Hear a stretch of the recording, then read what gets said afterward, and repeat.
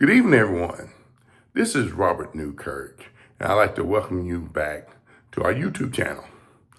In today's podcast, we are interviewing Mrs. Katrina Walker. Ms. Katrina Walker is the co-founder and executive director of Walker's Winners, a nonprofit organization in St. Louis, Missouri.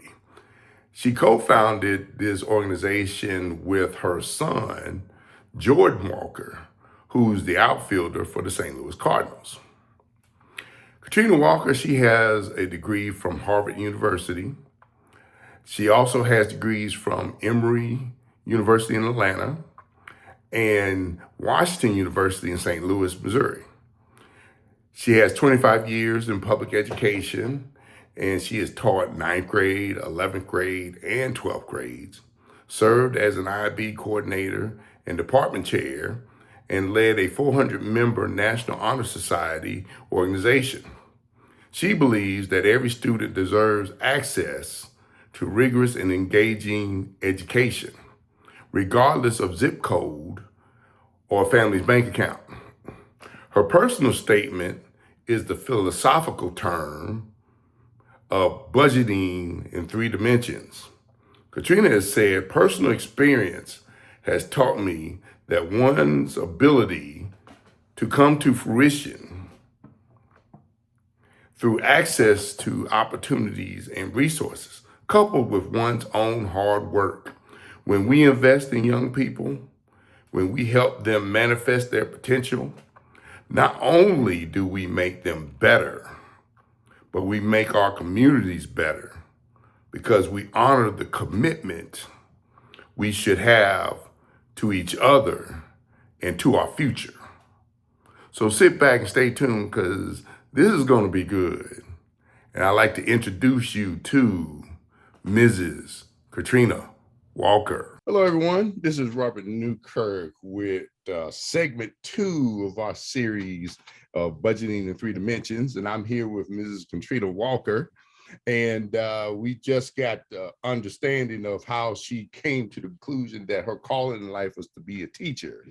But we're going to flip just a little bit. I understand that you're a mother of 3 and your kids are almost out of the house. You got 2 down and 1 to go. Well, what I would like to know is when did you and your family become disciplined in terms of managing your finances?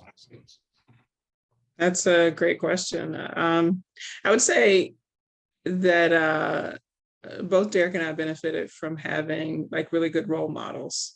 So my husband, Derek, when I say Derek.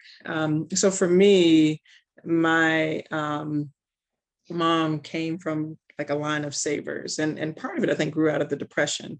So the Great Depression for my grandparents, they knew that a penny saved was a penny earned. And I can remember like visiting my grandmother, and if she would make food, she would put the leftovers in like increasingly smaller dishes until it was all gone. There was no throwing anything away. You were going to be a good steward of your resources.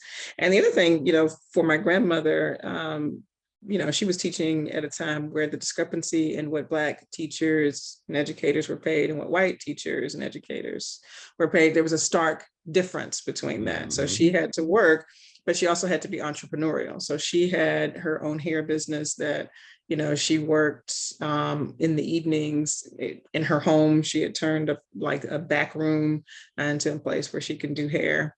And even when she was coming up and getting educated, she had a newspaper route and a candy store. So it was always doing as much as you can with your resources and looking for ways to kind of build that.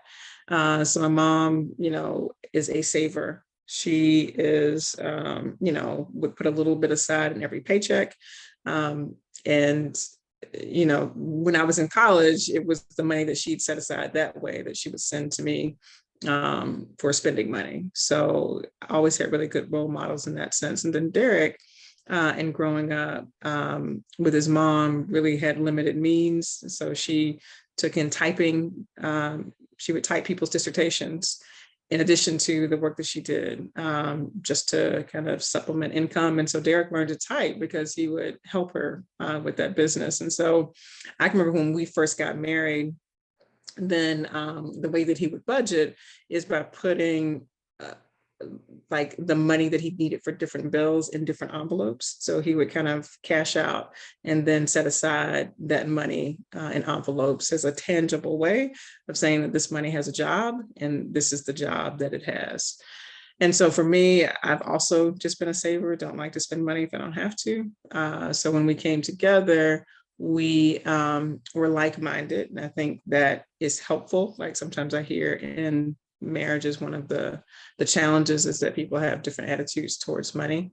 And so I probably am even a little bit more stringent in that than Derek, because I do think there's a balance in the sense that money is also to be enjoyed. So we kind of set up our accounts so that we'd have a joint family account and both of our salaries would go into that. And then we would set aside from that, like parts that would be our own spending money. So we had a family account through which we paid all of our like family expenses, the mortgage, the electricity, utility, like everything that we use jointly. And then we would pull aside things that we could just use individually where, you know, you'd have to answer anybody else. I want to buy this, I'll buy it. And so I think it's important to both have that sense of joint commitment, but then some freedom to kind of do what you want to do.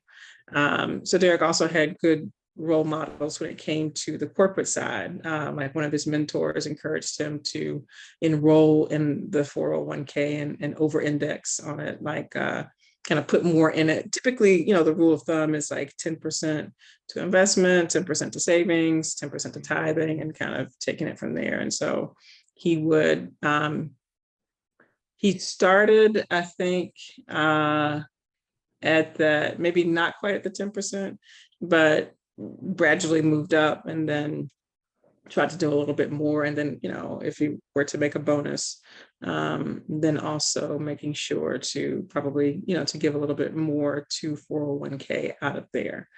So for me, when I worked at IBM, I did not actually contribute to the 401k initially, even though it was recommended for me as well. So that's just a statement that people can give you good advice. Doesn't mean that you always take it. And I think sometimes it feels like there's some expenses that pull on it. So Derek and I were married for about 3.5 years before we started having kids. So we certainly, you know, I certainly could have put money aside in my 401k. Once we, you know, had kids and I was back at work, then there was daycare and some other expenses that, you know, were then my reason for not doing it. So I was not enrolled in my 401k, but I put things in savings. But the great thing about the 401k is it's matched by the company. And so that was me leaving money on the table because I wasn't as prompt as I should have been in enrolling in that. Okay, so it sounds like you were pretty meticulous with your spending, even though you may not have taken advantage of everything, but at least you were going in a certain direction in regards to being disciplined about your spending, both as far as structure and saving, and also as far as fun times are concerned. Am I right? Yes, absolutely. I would say a big part of whatever kind of success we had was the sense that Derek and I did sit down and talk about a budget. We even used resources like Quicken to track our spending. And so we were in sync with our goals, both in terms of savings and in terms of a vacation. Like, you know, every year we wanted to take a vacation and be able to pay that vacation off, like after we came back, like not something that was going to trail for months and months in a credit card.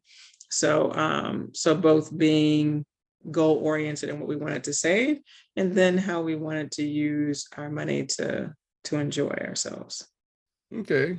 Well, for all of those of you that want to get a little bit more information on all that she just said, be sure to take a look at session 3 of the online money management course for budgeting in 3 dimensions. So we're going to get ready to go into segment 3 because there's a lot of good information that is being brought out here that I wasn't even anticipating come out. So everybody stay tuned.